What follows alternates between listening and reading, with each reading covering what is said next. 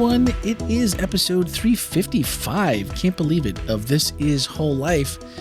And that number brings us, unfortunately, to the end of Holy Encounters and Reasonable Doubt. So did the Reasonable Doubt also apply to all three messages, or was this just for this one? I think you can apply it wherever you want to. Can I? It's a free country, Randy. That's the kind of leeway I'm looking for. Yeah, it brings freedom, right? There you go. There's the truth. Well, I really liked the way we kind of worked through these. And I mean, I've concluded without reasonable doubt that this is not the last time we'll hear from Melanie from the front. Am I safe on that one, I'm Ken? not going to let her ever preach again because it's a threat to my my preaching here at Whole Life. I'm pretty sure if I let her go much longer, I won't be allowed to come back and preach. No, see, I don't know about that. I don't know if I believe that, because this morning when we got to staff meeting, there was a genuine smile and kind of relaxed Ken that we haven't seen for a while. So the time off, I think the time off. Wow, Randy, okay. I think the time off did you well. Don't you think so? I think it did do me not well. That not that Ken's not pleasant all the time, but it was just like, hey guys, it's okay. I hear you. I hear you, Randy. I feel good. I mean, I was away It's from kind of hard y'all. to put that toothpaste back in. Ken was nice. Well, no, but yes. It was a lovely, lovely break for me, and it was awesome. even made better by the fact that just three fantastic messages. You know, I think we always have good messages here at Whole Life, but man, Melanie was outstanding. Outstanding. So this, of course, was the last message by Melanie Zacchaeus Bockmann. I thought that made me, I think that was made me the laugh other really part We're that gonna have I to really readjust all the cameras to a. I don't think we've had that many sermons in a row where we really got to know.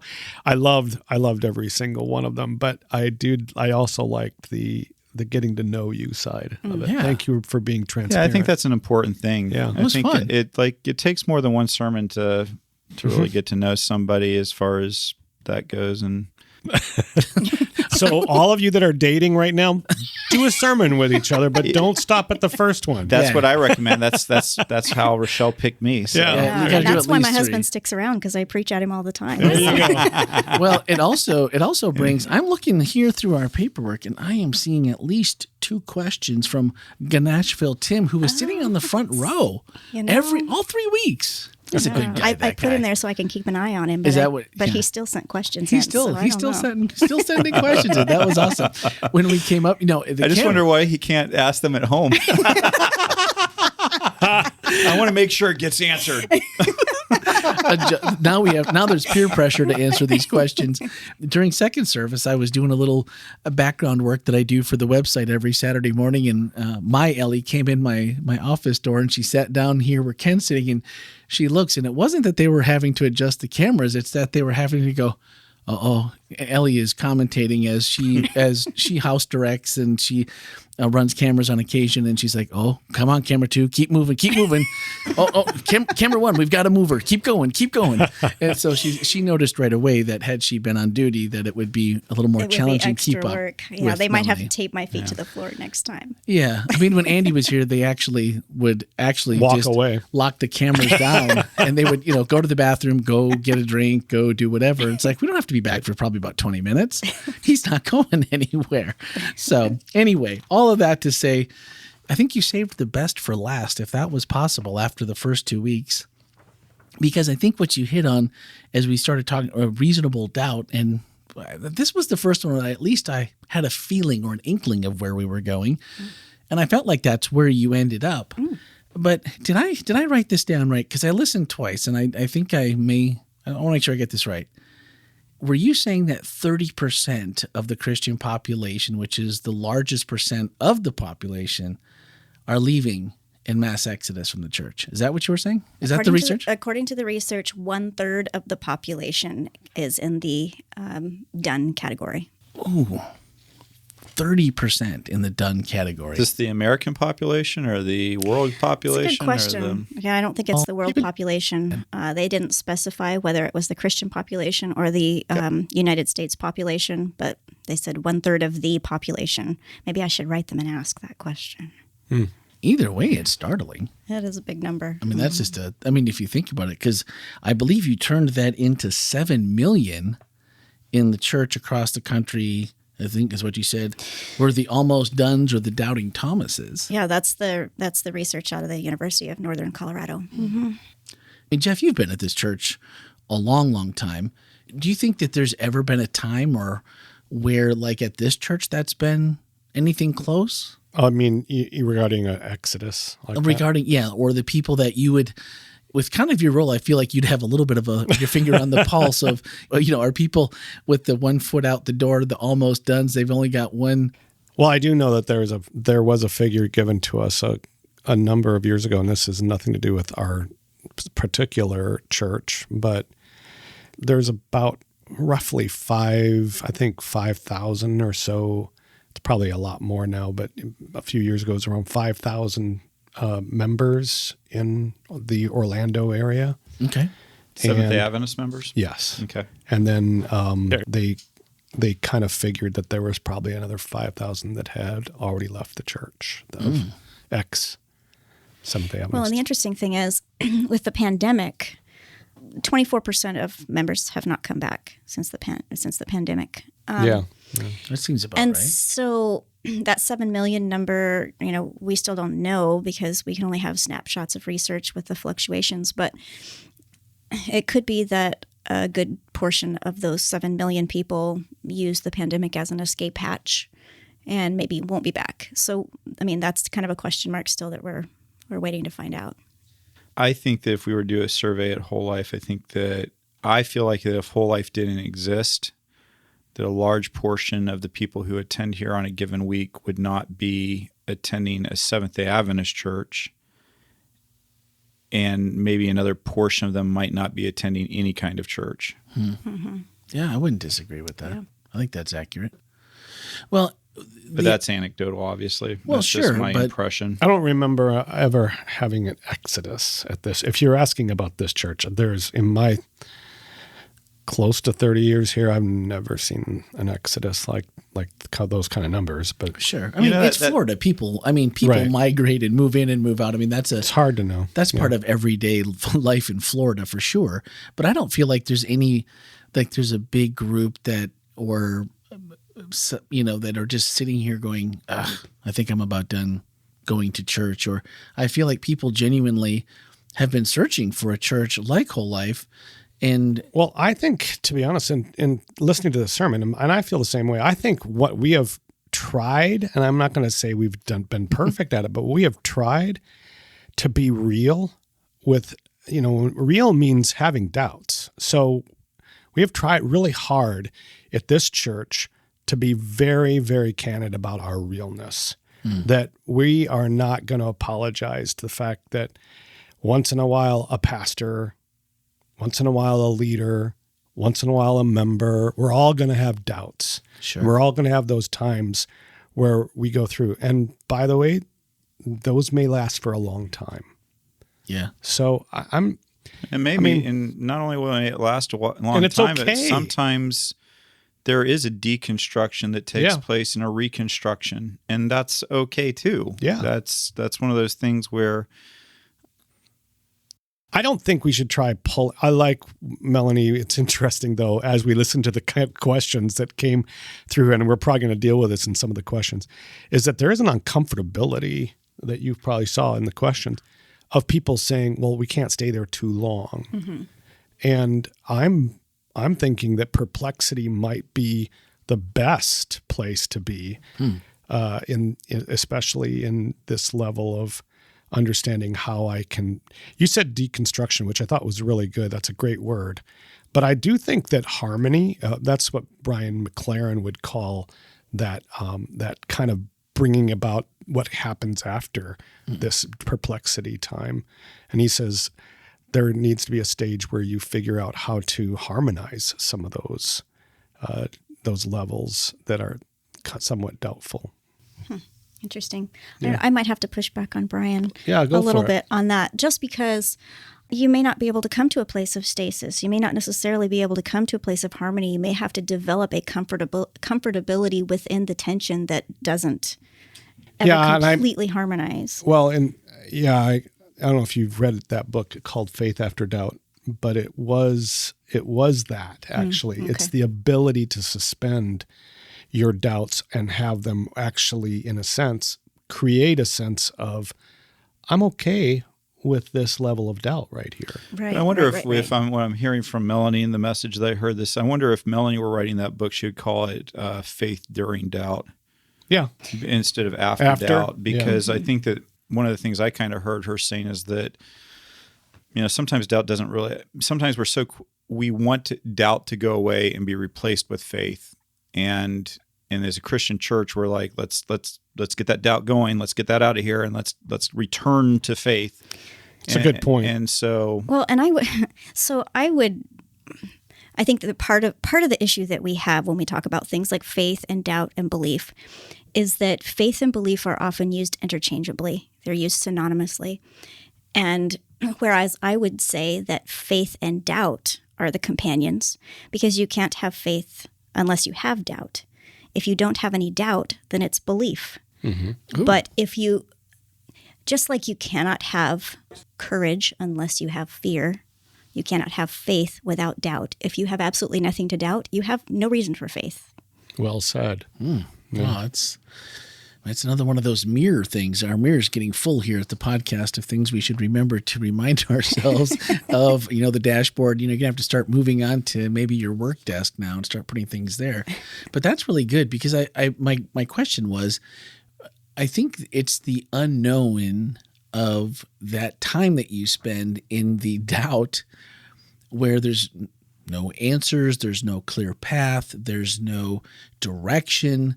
It just feels like you're kind of hanging out in limbo, waiting for something. Is it a nudge from God through your daily Bible reading? Is it God speaking through a friend? Is it God speaking through your family member?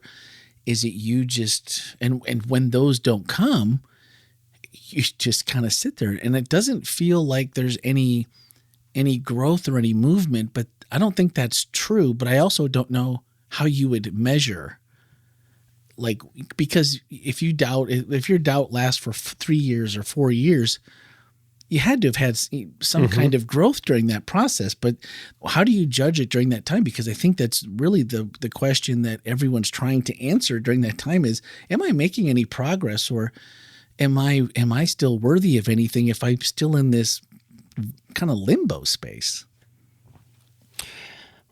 I remember about 15 years ago, we were at a pastor's meeting, and it was a pastor's meeting at a retreat, so the wives and the families and everybody was there.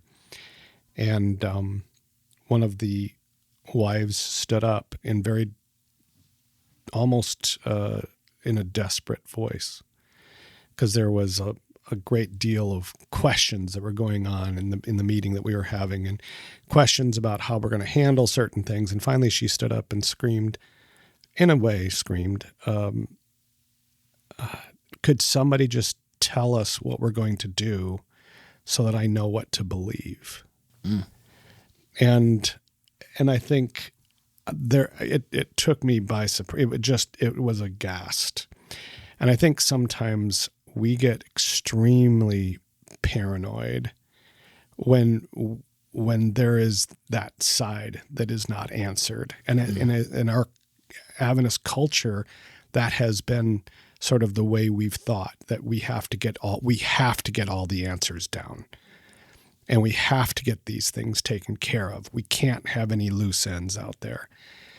And after Melanie's sermon, I think it's going to become more of a realization, hopefully at this church, is that nailing down things like this may not be the way this church works. Nailing down those things to tell you what to believe in. I like the fact that you said we may have to question some of the things that we've always thought as, we have to question some of those things, and that's maybe a good thing for all of us. But then she said letting go of them. Yeah. I mean, we're going to question, and if we find something different. And I wonder if that, I'm sure it's part of the inaction part that may make it take longer, because it's like, well, you couldn't possibly mean that I'd have to give this, or I'd have to change my mind on this, on certain things that you've maybe held for decades. I mean, that's not an easy thing to just, kind of tear up the script and throw it away and then do a 180 and go back the other direction either. That's a tough path to go down. It is, but so a guy by the name of Thomas Kuhn wrote a book called The Structure of Scientific Revolutions. And he talked about the way that scientific paradigms change. And I think there's something of an analogy that could be applied when we're talking about religious faith and, religious belief, religious doubt. And that is, let me back up a little bit.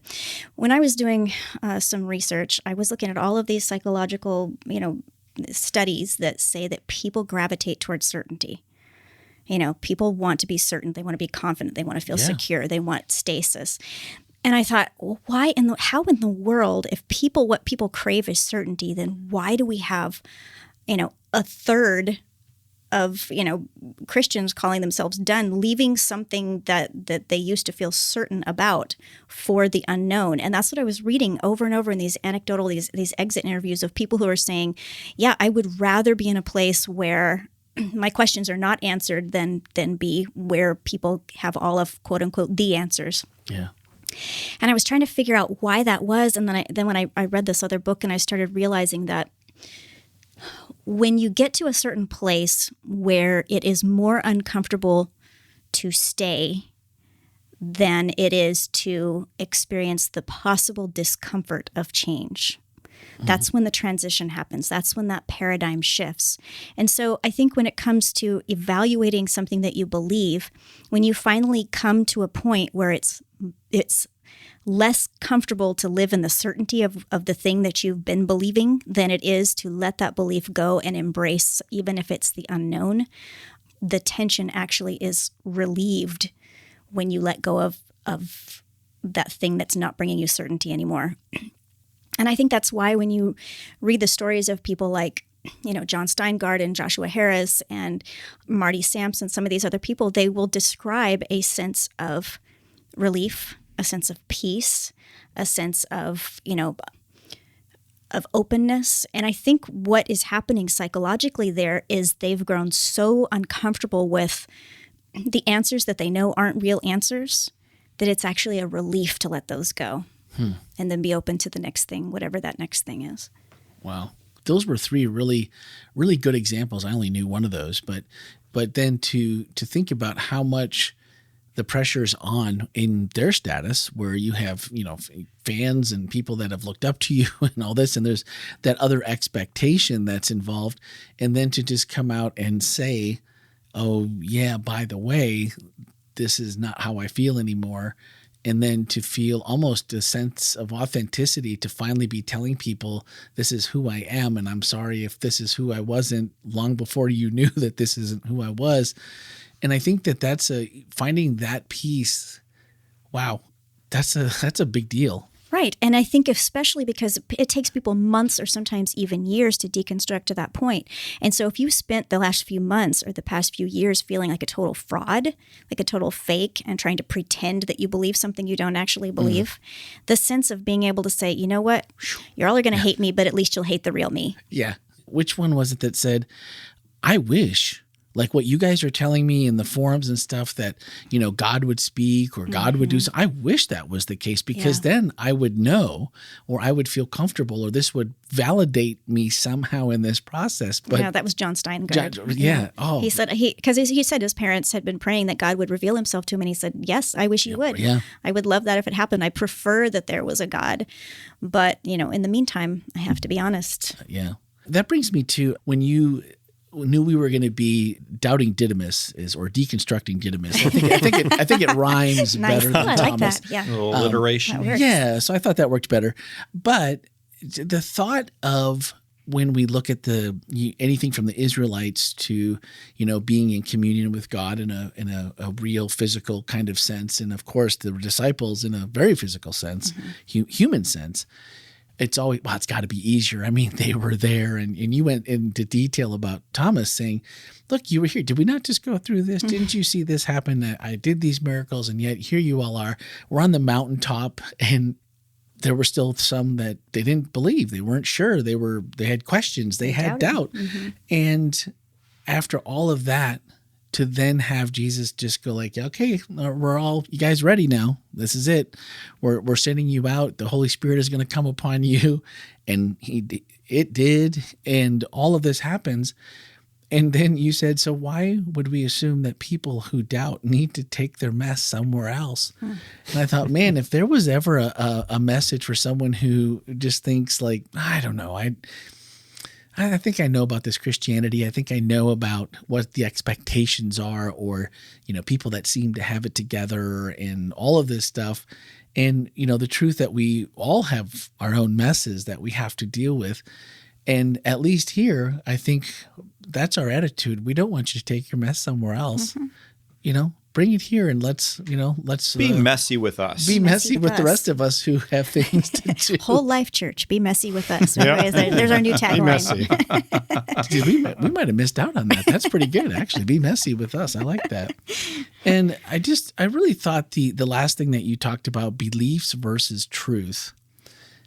That's a kind of a gray, slippery slope. What is my true belief, and what is a truth that, and then what's the truth? Is the truth something I've been told and now I believe?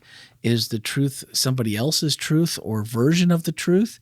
And I thought, if there's something you can chew on for the rest of the week, that's probably putting yourself in a place that you're comfortable with. What are my beliefs and what is truth to me? And I like the way you came at that. I haven't really completely wrapped my mind around all of it yet, but that's been pecking away ever since. I think belief is your understanding of truth. Belief is how you conceptualize truth. Belief is how you articulate the truth that you have. But that doesn't necessarily represent the truth, which is why, at least for me personally, I have beliefs, and I hold those beliefs loosely so that if I am confronted with a truer truth, I am not so committed to this particular belief that I won't trade it for a truer truth. That's scary for some people. It is scary, especially if that belief structure that you've made has to do with your culture, your family. I was just going to say family. Yeah, those are all pretty big anchors. Those are big anchors. The other part and of course the revised Melanie version I thought was really good. Be merciful to those who are deconstructing. People don't destruct things that they don't care about, but rather the things that matter to them. And I think that's a perspective we can leave that message with, that if you're doubting, know that there's grace, and know that it's okay, it's normal, it could be a while, all these things. But then for the rest of us who may be in a different area, be kind, be gentle, be patient. Yeah. Well, and I think you misspoke there because you said destruct instead of deconstruct, but I'm glad you did, because I think that people don't always know that there's a difference between destructing something and deconstructing something.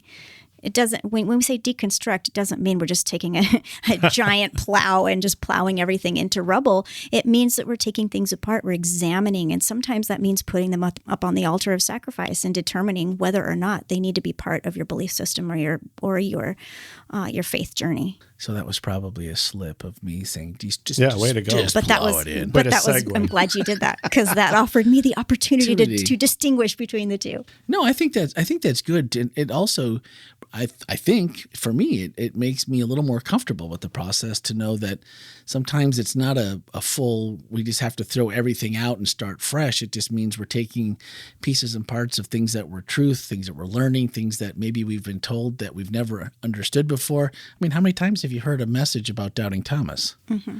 Doubting Didymus. Sorry. Doubting Didymus. And I think that, by the way, I had to giggle a little bit when you talked about present truth and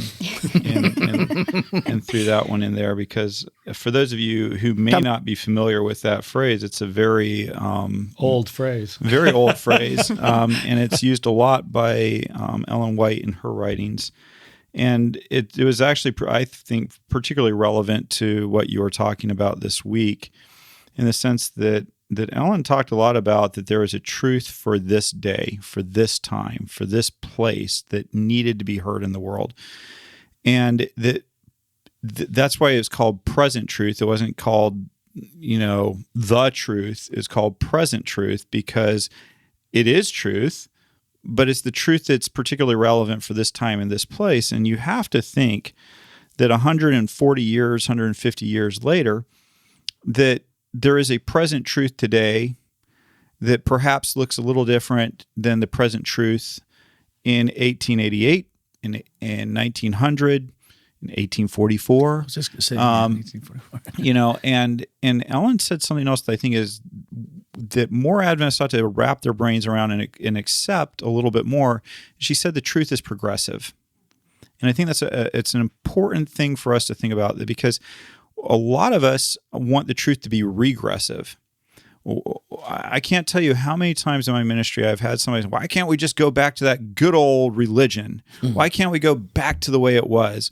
Well, if you are somebody who believes the things that Ellen White has taught, which I do, then you have to believe that the truth moves forward. It doesn't stay static, and it certainly doesn't go backwards. And so that means that you would hope that as human beings, we would understand more and more and more as we move forward in our walk with Christ. And that over the ages, over the decades, as the decades go on, that we will learn more and understand more. And I do believe that is what's been happening. And you certainly saw it in the Seventh-day Adventist Church and its birth and its growth. The church that first came out of the Great Disappointment looked incredibly different than the church of 1888, and it looked incredibly different than the church of 1904, and it looks very different than the church of 2023, and that's not something to bemoan. There are aspects of all of those things that were worth bemoaning. And I think there's things in our religion today that we should be bemoaning, but I think sometimes we get confused what those things are. So to the point that Melanie was making, I think that we all really ought to be constantly testing what we believe and what we understand to be truth. And instead of just saying, well, that's what we believed 40 years ago, so that's what we're going to believe today. You know what? There would be no Seventh-day Adventist Church if we didn't have pioneers who are willing to put everything on the altar. They put everything on the altar. The first Seventh-day Adventists that created this church put all their beliefs out there on the altar, and they're like, whatever, we just want to know what the truth is. We're willing to deconstruct from our Methodist faith. We're willing to deconstruct from our Catholic faith. We're willing to deconstruct from our Baptist faith. We're willing to go ahead and really examine what we believe and then reconstruct around what we feel the Holy Spirit showing us and the Bible showing us and God leading us to do. And we can be grateful that we have pioneers that weren't afraid to do that. And we should not be afraid today equally to look and to ask God to guide and lead us into all truth. There you go. Mic drop right there. Right there. All right, let's get started into our questions because we have just about 2 full pages this week. Oh, wow. So we definitely, not all our questions, some are comments, but I thought the dialogue that happened on our website, and if you guys watch online, please do always log into the website. We try to put that little message on. Well, we don't let you chat on YouTube. I did this last week. It was wonderful. Yeah, he did. It was fun. Ken was in there hanging out with everybody. And if you go to the YouTube, you watch it there, there's not even a live chat available. And Facebook, we are trying to move you over so that it's easier to find all of them because it gets Facebook isn't always good about telling you about missing comments. And so then someone will say, you didn't read my comment. So always on the website, wholelife.church/live. All right. T. Cinco had the first comment. She said, the opposite of faith is not doubt, but certainty. Mm-hmm. Certainty is missing the point entirely.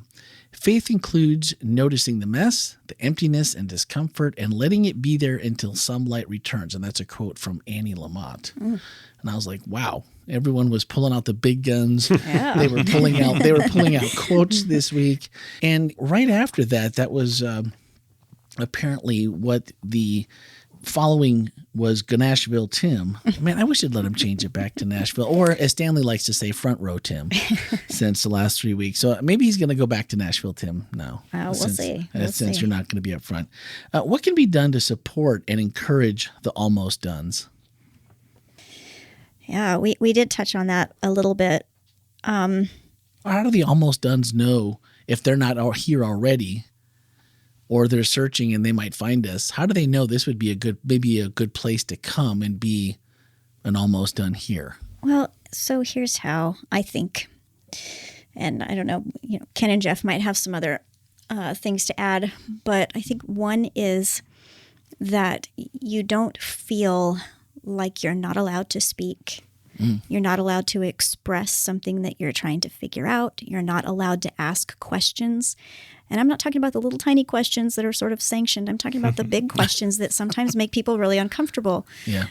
If you feel like you can ask those questions and have conversations with people without feeling judged, or without someone, quickly laying hands on you and trying to pray for you or exorcise you or something, or if they judge you, or if they, that kind of thing, if you're not having that happening around you and you have a supportive, this is a process that somebody is going through, and we allow them to do that, and we give them space for questioning as well as space for flourishing, then that's a good place to be for someone who's deconstructing.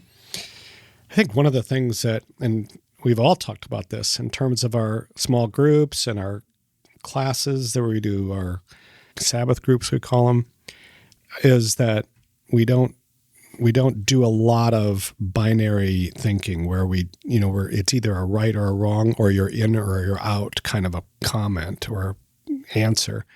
And that's been a little bit of a problem, because sometimes we have people who have brought up, well, you're not part of this, this denomination if you think that way.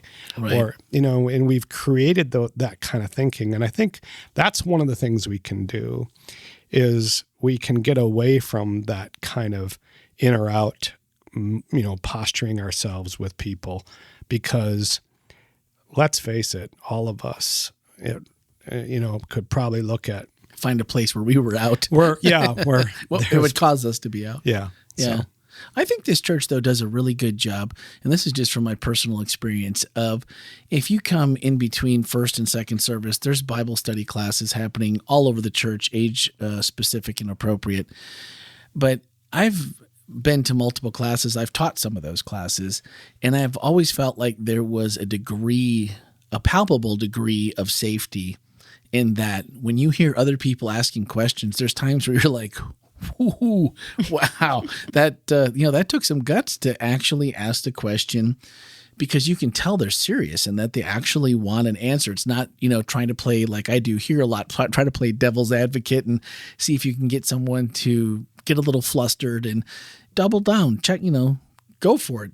Convince me that this is your position, where it's more of an open dialogue where people have said, well, this is my experience and this is how I've dealt with that in the past, or that's something that it used to really bug me. And then I found this and that's brought me peace. Not to say that that's going to answer all your questions, but a very easy and open, even after services. Lots of times the worship center is full of people going through what they just heard. And Albert mentioned it today in staff last week. There was people all over the place in the worship center going, Doubting Thomas, huh? Let me write this down. I don't know if I don't know about this. I think that shows that there's a willingness to engage in dialogue without having to be right or put somebody in a box. Well, and I think also,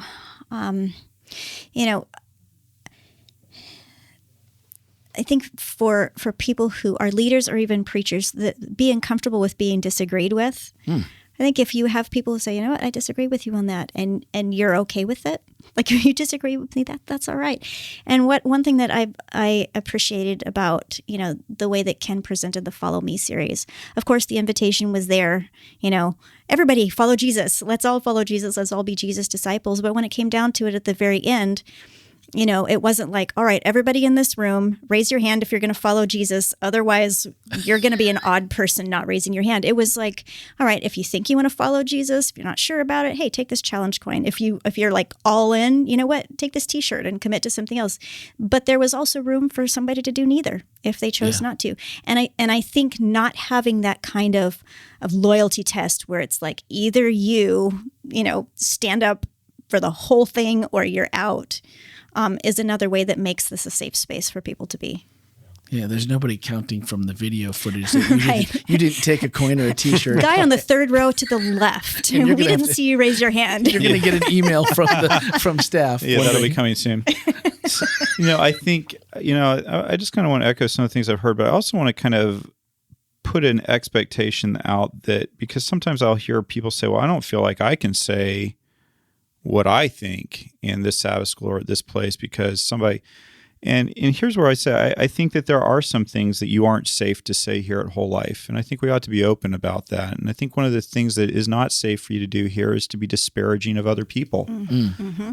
If you make those kind of disparaging, cutting other people down because they don't share the faith that you have, or they don't see life the way that you do, if you make the kind of mean, hurtful comments to people that aren't living the way that you think they ought to, that is not something that is a safe thing to do here, because this is a safe place for all. If you have genuine questions about a topic, absolutely, let's talk about it. But if you're trying to score points on somebody else, that's not okay. Mm-mm. It's not okay to be demeaning, to come in with an attitude that you have nothing to learn and everybody else has something to learn from you. And so I think we ought to be honest about that, because I've had some people over the years in my ministry that will be like, well, why does everybody else get to say and you're giving me a hard time? And my answer usually comes, if I've really pondered it through, is because when what you're saying is being demeaning to another human being, or you're pushing a viewpoint beyond somebody just being able to go, okay, well, we disagree, and you're not okay with there being disagreement. You have to keep bludgeoning with that thought until you kind of bludgeon somebody into submission of, oh, okay. And so I think it's important that when people come to WholeLife, they understand that there are some expectations in the conversation, that we understand that other people may not see things the same way that we do, and we don't demean them for that. We don't say, oh, well, if you don't, if you're not vegan, then you do not understand the full gospel. Well, if you think that being vegan is important, fine. Go ahead and share that thought. Share the things but to demean another person for not seeing it the same way, not okay. And so I do want to kind of say that, because I think sometimes when we say that we're open to all ideas and opinions, I want to be careful about what we say, because I don't know that I am okay with mean-spirited, unkind commentary and opinions. So that removes the safety from the space, basically, which is what we're trying to create. Yeah. Right. All right. Sharon Schofield said, well, it's more of a comment, Jesus purposely returned to answer his doubts, and he will answer our doubts too. Sometimes we don't give God a chance to rebirth our belief. And I think I agree, because I think there's times when I know God's pushing me one direction, and I'm just like, I don't know. I'm pretty good where I'm at, and I don't really think this is about salvation. So maybe I can just stay where I'm at. And then later you come to realize that, man, if I would have just kind of been, eventually it seems like you finally end up moving in that direction and go, I should have done this a long time ago. Maybe God knew what he was doing, and I didn't. I like the part that she said about giving God time, because I think we are on God's timeline. As much as we would like to resolve all of our own doubts and come up with our beliefs and be, have all the answers, sometimes we're waiting on God, and sometimes that takes time, and we don't get to set the clock on that. But I don't Sorry, like Randy. I don't like waiting. Melanie. I'll support you in your wait. Well, now at least I feel better now. Anna said, it's sad to think about, but lately it seems that at least from a public view, Christianity has developed a persona that is more political than loving. Is this feeding people's doubts rather than working to remove those doubts?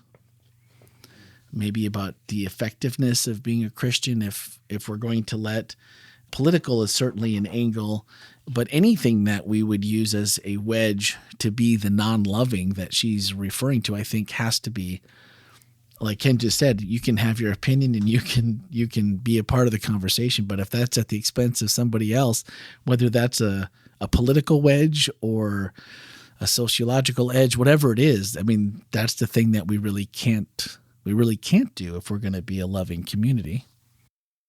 Yeah, that's a tough one, and it's really too bad that the two words that are juxtaposed there is politics versus love. It's really too bad if you're thinking politically, which means for the people.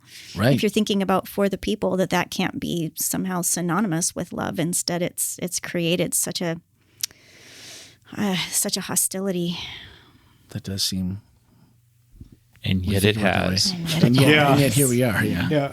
I think I think we sometimes need to back up a little bit and realize, especially if it goes into this political side, as to what's the motivation for me to be even listening to some of the things, because usually they're just sound bites that float around, and all of a sudden we see it and we kind of go, oh yeah, that's something I can grab a hold of, until you realize what it actually means. It means I'm starting to become exclusive to the point where I am now having to create whole philosophies about a certain demographic. And that, by the way, it's not just a new thing. This has been going on for thousands of years. Yeah. So maybe my favorite comment of the day was from Anonymous, which said, I think when there is doubt, that Jesus is about humility, not humiliation. Mm-hmm. And I was like, wow, that's a good one. If that's one that you can grab a hold of and put into your thought process about when I'm doubting, Jesus is more about that humility than humiliation. Yeah, that's good. Yeah, that's really good. I really like that. And I see doubt sometimes as a posture of humility as well, because you're saying, I don't know everything. Yeah. As a matter of fact, it actually is. I think it's part of humility. Yeah. Yeah, that's good.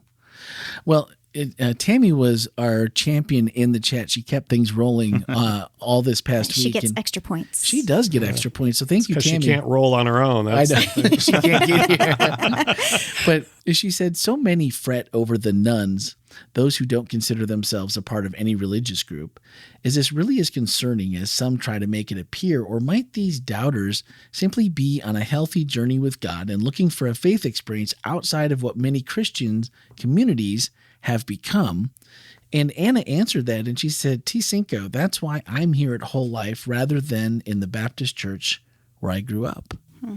Because, maybe she was that nun for a while and just wasn't feeling that acceptance or feeling that community that was there to support that journey. And so, Anna, I am so happy, though, that's why you are here at WholeLife Church. Good. If it's only online, I don't know if you're a visitor or if you've been here in person or just someone that has been found us online. But welcome and thank you for being here. And I'm so glad that you're here and you found that. Well, and I think that's also a good point as well, that the category of nun, which is the people who check the nun box, when something says, what religion do you affiliate with? None. The nun group is actually more complex, because maybe it should be called the sums, because people have different levels of spirituality, different things that they're exploring. And just because someone is done and they've left the church doesn't mean they're done with God. It means they're done with church. It may mean they're also done with God, but a lot of people feel like they have to follow God out of the doors of their beloved faith community in order to preserve their faith, which is a really sad thing. And I can't imagine that would ever be the case at WholeLife, because, because we just want you to be here, and we we love you. But there are people who say, wow, I really want to follow God. And I had to follow him all the way out the door. I had a student who talked about her particular experience and how she says, she actually tweeted this long tweet, which I don't have memorized, but she said something to the effect of, you told me to follow Jesus. You told me to love people the way that Jesus did. You told me to process my spiritual journey.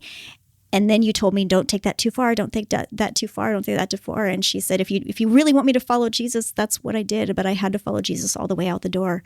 And that was really sad to me that she felt like that's what she needed to do. That there wasn't a place where she could follow Jesus and be with other Jesus followers. The concern that I have with the nuns, it is not dogma and belief systems, it's community. That's the concern I have.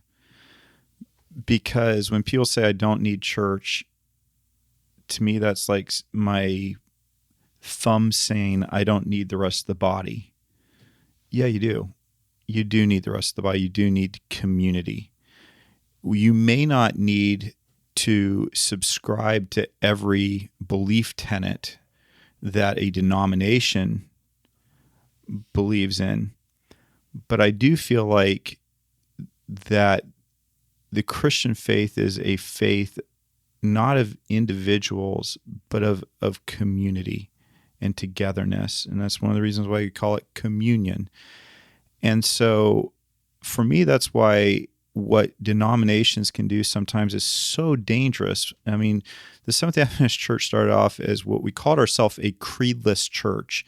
And Ellen talked about not forcing people to sign onto dogmas and beliefs. And yet we've sadly, in my opinion, grown in a bad way in that direction where we tell people you don't belong until you sign off on all the same doctrine as everybody else. And that's, to me, one of the very not good things in religion, because we need community, but we don't have, that doesn't mean we all have to see it all the same way. But we do need each other. We do need each other to be there. I mean, you just don't have to look through science too long to see that human beings are hardwired for relationship, to be in relationship with other people. And for me, that's part of what I see happening in the creation story, that God creates us for relationship with him and with others. And so for me, you don't need a church or a denomination, but you do need a church, the community, the body of Christ. You need communion with other believers. And so that's for me one of the big things at WholeLife that's meaningful to me, is to create a place where wherever you're at on your journey, you're welcome here. If you subscribe to every tenet of the Seventh-day Adventist faith, you're all 28 fundamental beliefs, you sign off on, and all the extra ones that are unwritten that we put out there, you subscribe to all that, you're wanted here. You belong here. You'll be given a place to belong and things to do. But let's be a place where people can find that community, because Jesus said, I am the vine, you are the branches, and we have to be connected to each other and to Jesus to be a part of what the good stuff that Jesus has to offer. I agree with that. I think the only piece I think that I would throw in is that I'll use a different analogy. Marriage is an awesome thing. Mm-hmm. It's great when two people have a great relationship. It's great when people have a flawed relationship, but they're working together towards something positive. If it's an abusive relationship where one person is beating on the other person, that's a toxic relationship, and that's going to continue to cause harm. And you probably shouldn't stay in that relationship. So I think in terms of just kind of going back to my student and the experience that my student had, she identified as queer. And her community was not very kind to her. It was a very toxic situation. Now, fortunately, and I'm really glad for this, she was able to leave that community, that toxic community, and find a community where she could be in relationship with other people and she could grow spiritually along with others. And so I totally affirm that we need to be in community with each other. It's not something we can go off and do kind of completely by ourselves. But if you're in a toxic community that's tearing up your soul, you know what? Find a community where you can grow and flourish. And hopefully that's whole life. Yeah. Come to whole life. And I think that's a really point well made, Melanie. I don't think that, I definitely would not say that staying in an abusive relationship is, where there's real abuse happening there. And I definitely don't think that's a good thing to stay in. For me, where we would take that is, I don't believe Jesus is abusive, and that's who we're married to. So let's go find the Jesus in the community.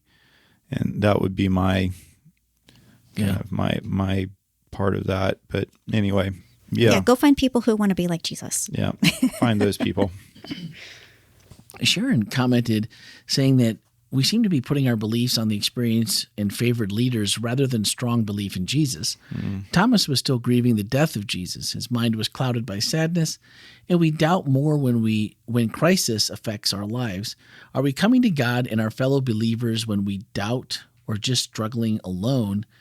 And she followed with, I'm thankful of the story of Thomas because Jesus continued to include him in the 12. But I think we just talked about that same thing, is finding that community and not struggling alone, finding that community who, like you said, welcomes you in and wherever you are in that journey, and find that community that loves Jesus and puts him first. I think that's a... Don't you think it's instructive that, we talk about the 12 disciples, not all 12 made it to the end. Mm-hmm. Right? Yeah. Not all 12 made it to the end, but let's think about the one that didn't make it to that experience of seeing Jesus resurrected. Thomas doubted. Peter denied Jesus. John was John, seemed a little arrogant to me. We can go through all the disciples. They all abandoned Jesus. All of them ran away in the Garden of Gethsemane. So it's instructive to me that the only one that doesn't show up is the one that chose to completely disengage themselves from that experience. The person who, of their own, Jesus didn't. I think it's really important to remember that Jesus did not say to Judas, "Go commit suicide." He did not do that. Jesus didn't say, "I'm not going to forgive you." Judas made that decision. Judas chose to do those things, and so. For those who are willing to, what Melanie said the other day, which is hold on to Jesus, feet and beg him to bless you and hang on, whatever that's going to look like. Jesus had a lot of grace for Thomas, Peter, all of them. I think Jesus would have had grace for Judas if Judas would have, Judas would have gone ahead and done what Peter did, which was come around and have that heart-to-heart with Jesus on the beach. Yeah. Our next one comes from Question, which I love that they changed their name to Question in the chat. That's about as good as it gets. The whole point of salvation is for those who believe. Should we not focus on believing? I wonder what Question means by focusing on believing, because I think again this comes to our definitions of belief. You can't make yourself believe something. Either you believe it, or you don't believe it, or you're not sure about it. Like, those are really the three options that I can think of. And so I don't think you can psych yourself up into believing. Yeah. Sometimes the process of getting to believing is going through the not sure and processing through all of that to hopefully arrive at a place where you believe, but you can't force yourself to believe something. So then let me go ahead and take question side of things here. What does the Bible mean when it says, when the disciples tell others, believe on the Lord Jesus Christ and you will be saved? Well, it doesn't say doubt in the Lord Jesus Christ and you'll be saved. So no, but I'm reminded of the guy who came to Jesus and Jesus told him all these things are possible if you believe. And he says, Lord, I believe, help my unbelief. Like, if you average out the belief and the unbelief, he was probably somewhere in the realm of doubt. And Jesus, that was enough. That was enough because he was open. He said, help me. And I think that if you want to believe, but you're not sure you believe, but you're still reaching out, God can figure that out with us. Yeah. To me, believing in the Lord Jesus Christ is pretty fundamental. I think though, I do agree with what Melanie's saying. But when Jesus is talking about eternal life, he says, and this is eternal life, that you may know God and his son, Jesus Christ, whom he has sent. And that knowing word is that word of intimacy, that word of really knowing, of being in relationship. And so when we talk about believing in Jesus, we're talking about being in a relationship with Jesus. And, what does it take to be married? Well, you must believe in your spouse. You would view it a little bit differently. You say you need to know your spouse. You need to be in relationship with your spouse. And when I look at the Greek in the context of the word that believe, for me, there's a lot more of relationship involved in that than just some kind of concrete, blind, believe, done. It indicates this, to me, ongoing relationship with Jesus, not a set of doctrines, but a person. And so I think that's pretty important. I think sometimes we get hung up a lot on the details and miss out on the substance of Jesus. Okay. The person and the process. Yeah, I do think, he says to Jairus, do not fear, only believe. And all Jairus could do is follow him at that point. Jairus didn't know what he was going to do. This is on the way to his house where his daughter is already pronounced dead. Jairus did not know. I think that it goes back to what Melanie, you said, just faith or belief and doubt are just part of that whole equation. It's just going to be part of it. So when we say believe in the Lord Jesus Christ, That's it. Just follow. Hang on. That's a tough one, because I think when we think about that, and you always think, is my relationship, do I know Jesus? Is it deep enough for me to know Jesus the way that I would even prefer? Like my preference level would be for this great relationship with Jesus, but not knowing what he is truly about. Let's face it, we don't really know God, Jesus. We don't know that much in our minds of what they truly are or what it could be. And so there's always that little bit of doubt, like, I could probably do more, but we can I could still do something different. Follow. Yeah. But the following, and I do think that, to Ken's point, I do think that when the closer you get, the less doubt there is that Jesus is who he says he is. And I wonder sometimes if that part of believing, to say, there's no doubt in my mind that Jesus is who he said who he said he is. And I think there's a certain comfort in that, to know that this is my belief. Now, where some of the other stuff lands that maybe I just don't comprehend, I've grown less weary or scared of those things over time. Yeah, I'm not going to predict what Jesus is going to, or God's going to do. We can't do that. That's the part that I think that is about faith. But knowing that my life is better as I follow him and as I continue to believe and still have, do I have doubts about how I'm going to do that or what's going to happen? Yeah. Sure. But, yeah. All right. Doubting says, amazing sermon. Is it wrong to ask God for proof? Wrong. Well, I thought you already answered that one. Yeah, I did. I mentioned this. I found the word wrong really interesting. Yeah. I don't think it's a matter of right or wrong. I think when you're in a relationship with someone and you have questions, you ask the person the question. If you're afraid to ask the question, then maybe you have uncertainty about the relationship itself. I think that God can handle whatever questions we ask. That comes up in a psychodynamic way too. A lot of times when we get asked a question, we're assuming that the person's doubting us or insecure about us or, we have fallen short. Maybe they're just looking for clarity. Maybe they're just finding some ways to, hey, I want to trust you more. Can you answer my question? I like that. We're running late, but stick with this. We're almost. Most of what we have left are a few comments, but I do want to touch on them. ALBJ said, I always liked comedian Mark Lowry's bit about deciding it was okay to question or doubt God inquisitively, but don't question accusationally. What do you think? Is there, even though that's a comedian's bit, though, is there something different about coming at God from two different ways, whether it's truly, I want to know, truly a question, or just making a statement, or making a statement, or is the pursuit of God in any way, that whatever our mood or whatever our emotions might be, is it equally I would say pursue God however you can pursue God. And if that means you have to run after him accusingly for a while, then just do it. The psalmist did it. And Job did it. Job did lots it. of them did Lots of people did it. People have argued with God for thousands of years, and God seems to be okay. Yeah. I like it. Sharon came back with, we can believe that there are answers to all our doubts. Thank the Lord. And that's right there showing a little bit of certainty, and I like it. Anonymous, what also comes to mind is love thy neighbor as thyself. Maybe we all need a reminder of that. It couldn't hurt. I don't think there's going to be answers to everything, Yeah, Anonymous, I agree. just because of our own limited minds. Ken asked, Melanie, in your research, what are the most common reasons people are done or almost done? Well, there's a list of reasons why people are done or almost done. Some people go through major deconstruction processes where they have to ask themselves questions about what they thought they believed. Some people deconstruct their relationship with their institution. Does the institution reflect, the kinds of values that I hold for myself? Do they reflect the God that I believe in?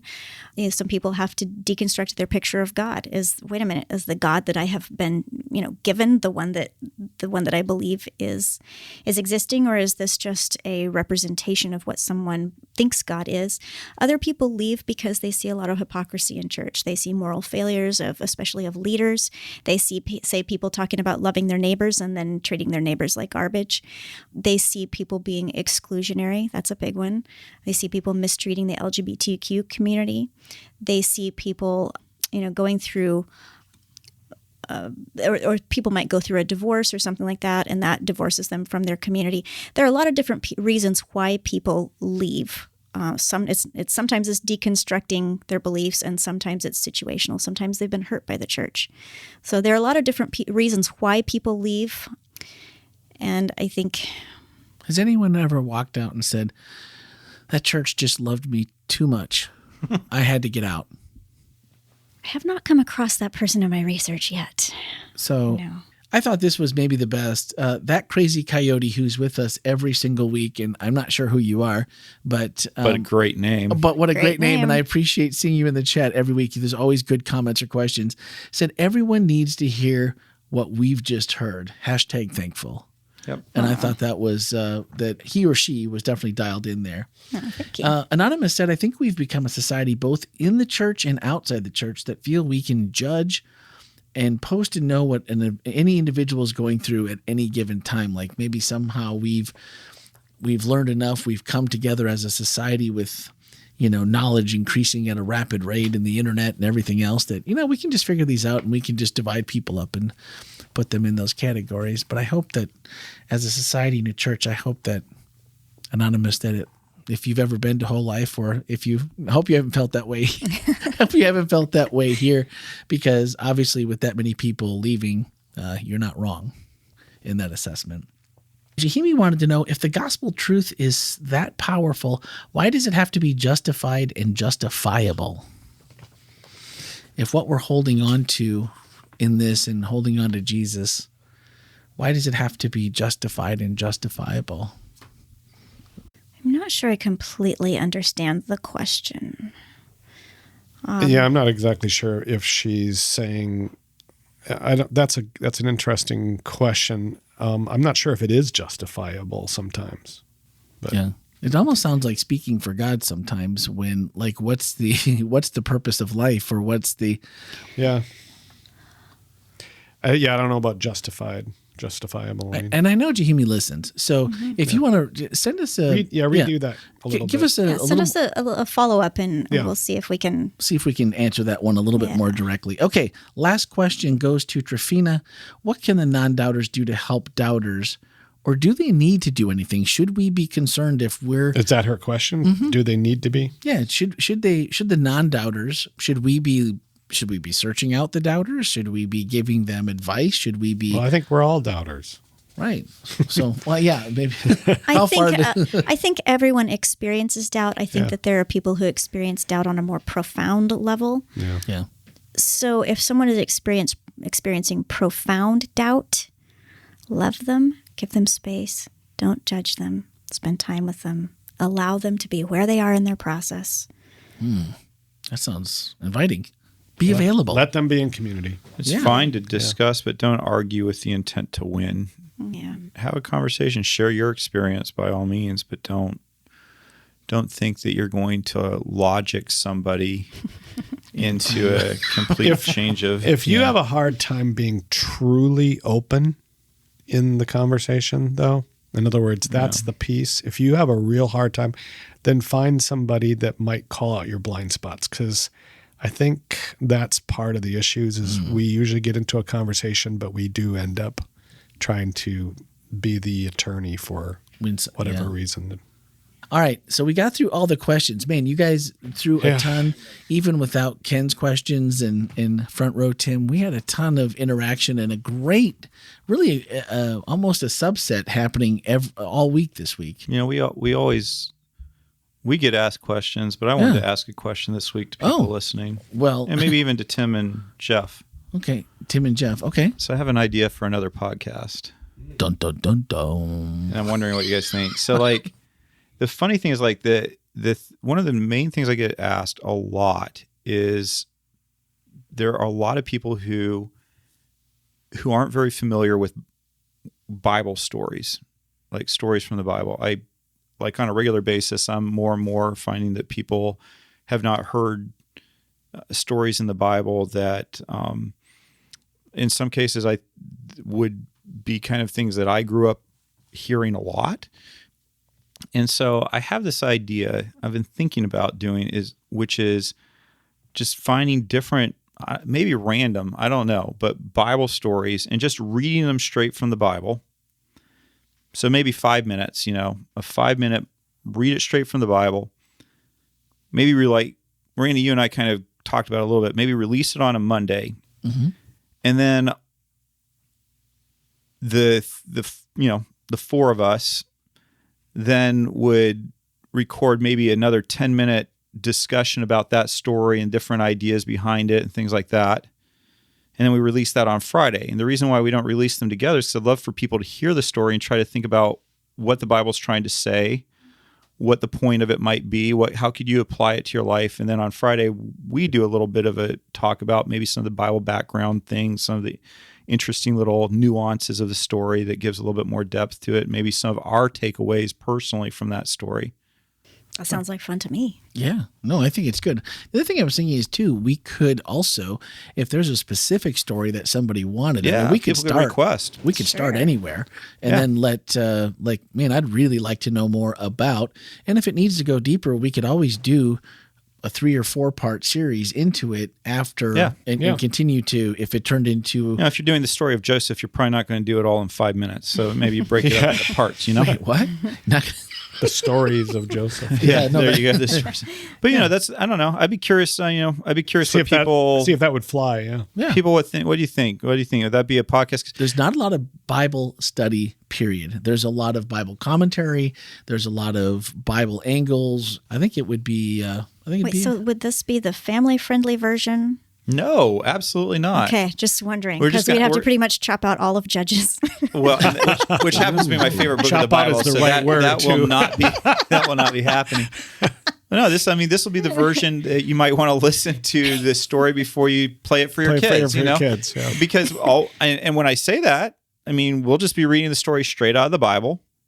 Well, some of the Bible stories. I know that's my point. Some of them are. They need that little E in the corner of the episode guide. So and maybe we will find a way to say, well, this one probably is more family friendly, and this one you might want to listen to before you. Yeah, we can definitely. You might not just want to play it randomly in the car with your child. Well, let us know. Podcast at WholeLife.Church or 407-965-1607. Let us know. Give us your feedback. And this would be something we'd probably start, we thought maybe at the beginning of next year, or maybe if it was. If we heard from a lot of people being like, "Oh, please start this right away," then I don't know. Yeah, but we'll figure it out. We've got an open mind to things, and I don't need to put another podcast and give Randy more work to do, or Melanie or Jeff. It just kind of hit me. I just thought, man, I think that. Some of the Bible stories that I just kind of grew up hearing all the time have not been done in a more modern way that makes it accessible for people today. And I don't know, just a thought. Yeah. Good thinking. I don't know. You can tell he's had some time, Yeah, he's had some time off. I know. He's been pondering. I told you. You can't. Man, I come up with some of my best ideas on vacation. You came back a different man, is all I'm saying. Sorry. No problem. I'll be happy to take more time off to That's what I'm saying. figure these things out. Next time I sense I'm getting cranky and angry, Randy, just tell me and I'll take some time off. All right. Well, one of the things I wanted to leave us with was from the end of Melanie's message, she said, if the truth we have is so fragile when someone doubts it or asks it hard questions, then maybe we need to ask ourselves if what we have is actually truth. And if it's not, do we have the courage to trade it for a truer truth, maybe a present truth? Maybe sometimes doubt can push us to that truer truth. And I thought, man, if there was something to leave with and something to ponder, something to think about, something, if you've been struggling with that, then what a great way to think about that piece of it and maybe turning your doubt into something a little more positive and searching out. That is the second best way to end this podcast. What's the best way? It's church retreat next week. We're not going to be. Ooh, so maybe that's the third best. I don't know. I was thinking the first best would just be say, happy birthday, Jeff Sincomani. Oh, that's right. Happy Oh, birthday. man. How There we quickly. go. How quickly. Today, Tuesday. Tuesday. Today is your actual birthday. Today is. I'm grateful for it, We're grateful I can't for do it. much Yeah. about it, but Yeah. I'm grateful for it. So. Well, I'm glad you're in the same boat as the So there rest you of go. us. Yeah. Yeah, happy birthday. Happy birthday. We won't sing to you. Thank you. No. So, no. Thank you, though. Thank you. So next week, as mentioned, church retreat with Josh Woods Josh will be Woods. our guest speaker. Yeah. We're going to be at Kalakwa. If you haven't heard of church retreat yet, This is a fun one because we do the podcast live there. yes. So you can actually watch it being recorded. So Very we're going fun. to have 5 people this week on the show. I got to look. I just looking at my equipment here going, we've never had 5. I'm going to have to work out another thing for all of us to work this out. I talked to Abel, and this year we're actually going to have a PA system in the A-frame to try to, we're going to push it so it doesn't hopefully screw up our audio, but so that people can hear a little bit better in the A-frame. So if you've been there before, come early and get one of the comfortable couches or chairs. Otherwise, they're full. There's like other just not so comfortable chairs that you have to pick in from the back. And last year, the A-frame was full. It was. And so come early, and I believe it's at 2:30. I have got to look at it, but you'll find out. You'll find out. And if you haven't signed up for church retreat, sign up is closed at this point, but you can come up for Sabbath. Yeah. So you can drive up. You're just going to need to pack your own lunch or make other alternative lunch plans because the cafeteria is already sold out. All that's gone. But that's until the 23rd, right? Did you put the QR code on the website? Can people?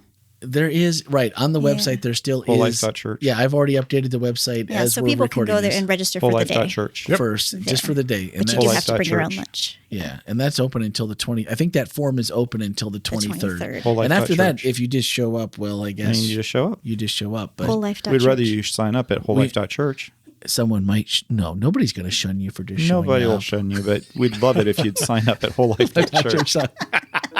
And right now, that is if you've If you've been to the website, the carousel that runs, that is the first thing when you go to the webpage right now is that form. So you just go there, very top of the page, and you can get there. So we will see you all at church retreat. Come and watch in the A-frame, and you can walk right up to the mic and ask your question. You don't have to text them in. Just walk right up to the mic, and then you'll be on the show. So you want to be on the show? Come to church retreat. Come to the A-frame. We'll see you all at Kalakwa.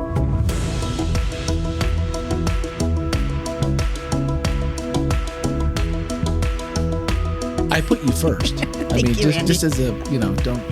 Man, if you're still with us at the end of this podcast, you probably deserve some kind of medal. Extra credit. I am truly amazed if you are. Oh, yeah.